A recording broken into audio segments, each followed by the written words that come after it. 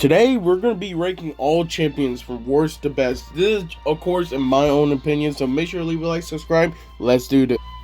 Now, I gotta give the worst champion to, again, the Little Prince. I feel like, actually, it's been probably a while, or maybe I never made a video of this before, but Little Prince has to be the worst champion by far in every one of them. One is, it was only because they decided to make the ability better, but that's all. Sometimes people don't even use the Little Prince like that, and when they actually do, sometimes they don't use the actual ability itself. They just use the, Little Prince just for like DPS.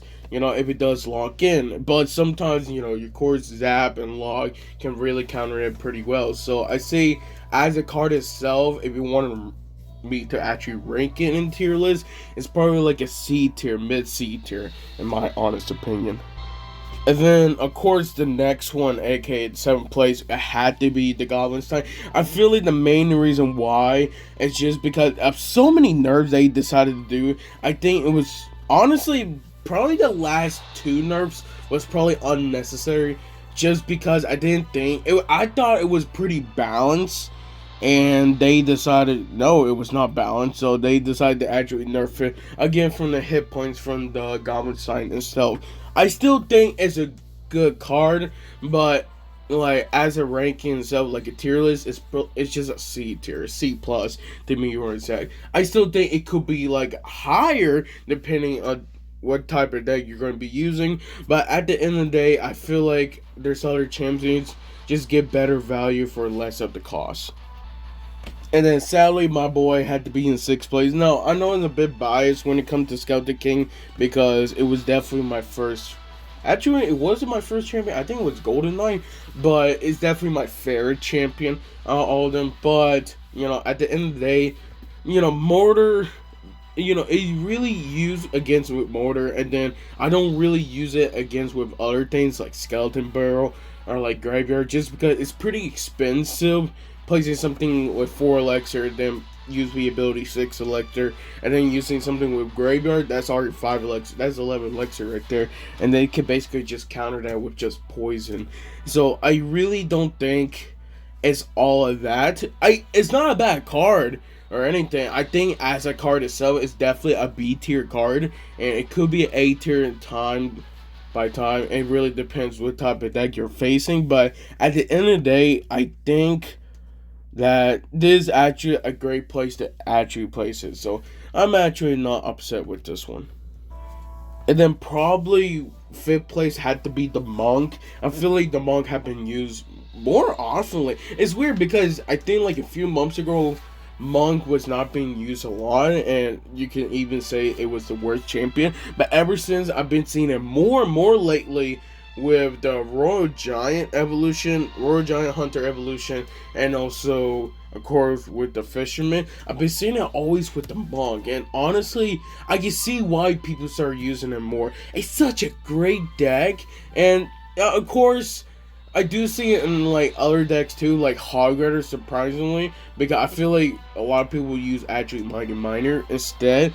But dude, Monk is actually not that bad at all. Definitely with the changes in recent balance changes that they basically nerfed the cards that normally kills the Monk. This actually make the Monk better. So overall, it is. I say the Monk is definitely a good around B tier, possibly A tier, depending on what type of deck you're facing. And then 4th place had to be the Mighty Miner, definitely an A tier card, in my opinion. Honestly, most of these champions are, which I'm actually grateful with, this is probably the best balance. Like, I don't think there needs to be any buff or nerf, except for, of course, one of them that I'll be talking about later. But I think when it comes to Mighty Miner, I've been seeing it more lately ever since a lot of people have been using Hog Rider with Firecracker evolution. Of course, that type of deck. But a lot of people also using with Royal Recruits and basically with the bait with Skeleton Barrel. And that one's also really annoying.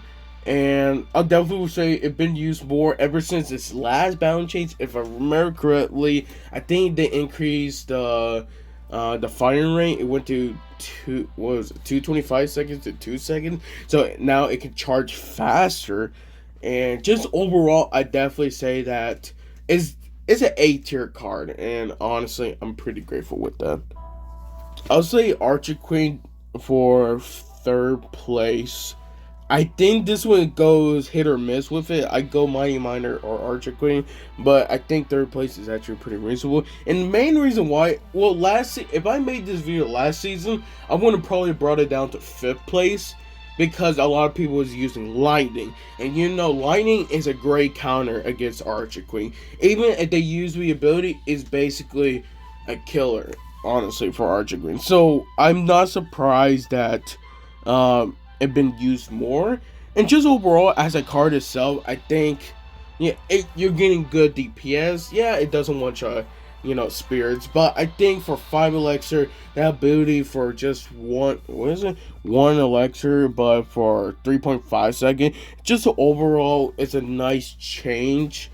And if you don't have the right cards to counter it, and honestly, you're gonna get a bunch of value. But I think third place is honestly pretty reasonable.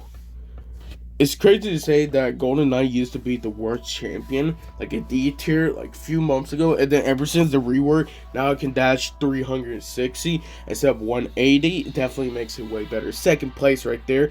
You can definitely say it could be an S tier, but the reason why I can't put an S tier champion, it's just because when it comes to trying out different decks, you won't see it as much. Like, I try using it with Hoggarder, but it doesn't work like that. Of course, E-Giant, you would definitely use it with E-Giant, or you're going to be using it with against like Royal Recruits Evolution. If you hate Royal Recruits Evolution, that's actually a great counter for it. For just one elixir, if you can line all of them up, take all their shields out with the it just works perfectly fine, honestly. And I've been seeing a bunch of like cheaper decks, but I think at the end of the day, its second place is definitely pretty reasonable.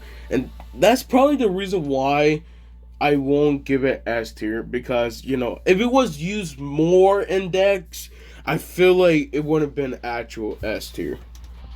And then, of course, number one had to be the Boss Bandit. Now, in my honest opinion, and I think we can basically all agree with this one, Ace should have got a bigger nerf. Minus 3% nerf from his hit points does not make a difference. I tell you this, okay? When I was using it in the tournament, oh, dude, it was fun. And the reason why it was fun is because most of the time, they're just not good counters in the Mega Draft. If you can actually pick the champion, now honestly, I recommend, like, getting the boss man. Yeah, mine is level 13, but still, she's doing ridiculous damage. And I feel like if you are using her under level, she's gonna just get some great decent damage just overall at the long run. So I definitely say as a champion itself, she's an S tier. But I am hoping that she does get another nerf, maybe from her hit points, but I don't know when that's gonna happen. Probably next balance change. I won't say she's like, they need to nerf her like now. I don't think so, because I don't see her as much decks. But I do say that I do have a chance to actually nerf her as a card, then please. Because, like, it is getting real annoying that most of the time when she does connect, she's basically connecting with fireball damage. And honestly, that gets really annoying, especially for tournament standard. Yeah, so dash damage 537. Yeah, it's basically rocket level right there. And that for tournament standard, just saying. Tournament standard. So you can already see that I feel like nerfing her another, like maybe 3%, 4%, or maybe even 6, honestly, percent HP nerf. I think that would actually make it better and make her finally balance, honestly.